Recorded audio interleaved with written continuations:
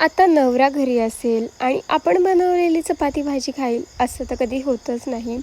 तर यासाठी ना मी हे ढोकळ्याचे पॅकेट्स घरी आणून ठेवत असते. कारण माझ्या नवऱ्याला हे खूप आवडतात आणि बनवायलासुद्धा खूप इझी आहे.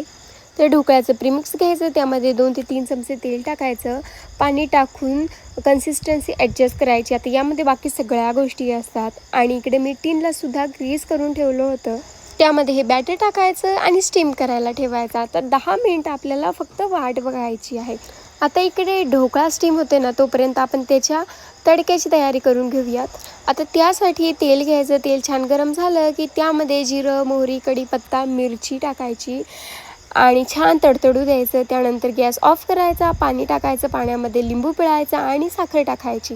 तोपर्यंत इकडे ढोकळासुद्धा रेडी होता. मी तो कट केला, त्यावर तडका टाकला, थोडीशी कोथिंबीर आणि खोबऱ्याचा कीस भुरभुरला आणि आपला ढोकळा बनवून रेडी आहे.